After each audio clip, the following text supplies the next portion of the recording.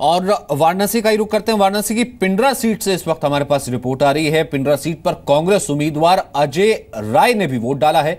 अजय राय ने लोकसभा चुनाव में पीएम मोदी के खिलाफ चुनाव लड़ा था। इस बार झूठ और जुमलेबाजों के खिलाफ वोट करने जा रहा है। पूरा बनारस नहीं, पूरा ये 7वां चरण जो जुमलेबाजी की चीज़ें हुई हैं यहाँ पर, तो समाज जुमलेबाजी से और विकास जुमलेबाजी झूठ से नहीं होता। ये विश्वास तोड़ा गया है, उस पर चुनाव होने जा रहा है। बनारस अपने आप में एक पूरे दुनिया को संदेश देता है, पूरे देश ने दुनिया को देता है। मैं समझता हूँ इस बार की स्थिति बहुत ही अलग होने वाली है और बनारस पूरी तरीके से परिवर्तन के मूड में है।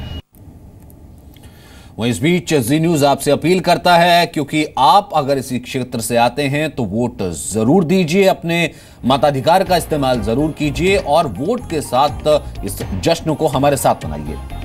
अपनी स्याही लगी उंगली के साथ सेल्फी लीजिए और हमें भेज दीजिए। आप अपनी तस्वीर #2StatePolls पर ट्वीट कीजिए, अपना नाम और अपने शहर का नाम लिखिए। हम आपकी तस्वीर जी न्यूज पर दिखाएंगे। अजय राय चुनाव लड़ा था पीएम के खिलाफ, और अगर नहीं भी करते करते अच्छा खासा, काफी हजारों में वोट ले जाते हैं और अच्छा खासा तभी ले। और जो असेंबली का पोल है जहां पर मार्जिन इतना कम होता है, कुछ हजारों से, 2000, 3000, 5000 से जब वोट इधर से उधर होता है, कांग्रेस को भी आप कम से कम एक छोटा प्लेयर नहीं मान सकते हैं। ये देखते हुए खासतौर से इंक्लूड करना चाहूंगा कि श्यामदेव राव चौधरी की यहां पर एक ब्राह्मण वोटों में जो उनकी पैंठ थी वो जा सकती है उस तरफ। देखिए, ये बार बार तो नहीं हो सकता।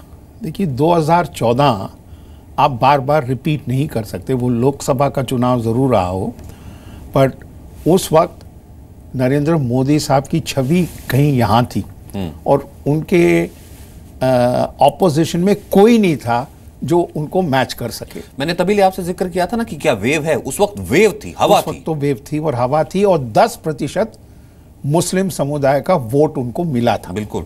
और 10% कम नहीं होता आपको यूपी से मिलने का। अगर सचिन जी आप पूरा अरिथमेटिक करके देखेंगे तो उनको हिंदी हार्टलैंड का वोट इतना मिला जिससे कि जाके उनको एक मेजॉरिटी मिली लोकसभा में। अगर हिंदी हार्टलैंड ऐसे वोट नहीं करती तो शायद उनको बहुमत, क्योंकि बाकी जगहों से बीजेपी को कुछ खास सीटें नहीं मिली और उनके जो बाकी एलाइज हैं उनको मिला के 340 सीट उनको पहली बार 300 से ऊपर, और बीजेपी को अपने आप में मेजॉरिटी मिली लोकसभा में। अब ये अगर आप सोचेंगे कि बार बार रिपीट होगा, ये नहीं होगा।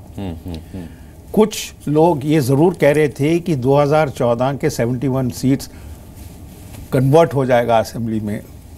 अगर आप उसको 6 से मल्टीप्लाई कर लें तो 370 सीट 403 में से चाहिए, असेंबली 403 सीट। और उसका अगर परसेंटेज भी लाएं रामदास जी, अगर इसको परसेंटेज से भी तब्दील करें, कितना परसेंटेज आप यहां से अप कर सकते हैं, कितना एक यूं कहीं कि मेकशिफ्ट मार्जिन दे सकते हैं? क्योंकि अभी तक तो आपके पास 4 सीटें हैं, टोटल 11% के करीब मार्जिन है। उसे अगर आप 20, 22, 25 तक अगर बहुत अगर महत्वाकांक्षी है वहां तक कर रहे हैं तो आपको कम से कम 20% इस मार्जिन को अप करना पड़ेगा। देखिए, यही हुआ था कि पिछली बार लोकसभा में इनका जो परसेंटेज था 15 से बढ़ के 43 हुआ था, तो 28% बढ़ा था। लेकिन एक चीज़ ये भी है, अभी मैं आंकड़े देख रहे थे कि पूरे यूपी में इनका 43% था, लेकिन इस इलाके में 36% ही था। तो एक तो वैसे भी एवरेज से कम था इस इलाके में, बनारस के आसपास। दूसरी बात यह है कि अब बढ़ना नहीं है, घटना है। जो लोकसभा का एवरेज था उससे घटना है, तो अनुमान हमें ये लगाना है कि कितना घट सकता है। अगर ये 36 से घट के 8%, 10% घटता है तो उससे काफ़ी फ़र्क पड़ेगा, निश्चित रूप से फ़र्क पड़ेगा। दूसरी बात यह है कि लोकसभा का चुनाव उस समय बिल्कुल नेगेटिव था। लोगों ने एक मन बनाया था कि हमको कांग्रेस को हटाना है, मनमोहन सिंह को हटाना है और मोदी एक पात्र विकल्प है जैसे कहा। तो एक तरह से उसको कह सकते हैं कि वो 84 में इंदिरा जी की हत्या के बाद जैसे चुनाव हुआ था, एकदम लहर थी, उस तरह का चुनाव आप कह सकते हैं। और विधानसभा चुनाव में चूंकि लोकल होता है तो लोग अपने जान पहचान परिचय को ज़्यादा महत्व देते हैं। इसीलिए जात बिरादरी भी ज़्यादा महत्व आती है और इसीलिए मुश्किल हो रही है मुझे लगता है। और इस काम में जाहिर है कि वहाँ कांग्रेस ने अच्छी लड़ाई लड़ी है। जो अगर आप रोड शो देखें तो प्राइम मिनिस्टर के रोड शो के मुकाबले जो राहुल गांधी और अखिलेश यादव का रोड शो था वो ज्यादा लोग कहते हैं भीड़ वहां थी।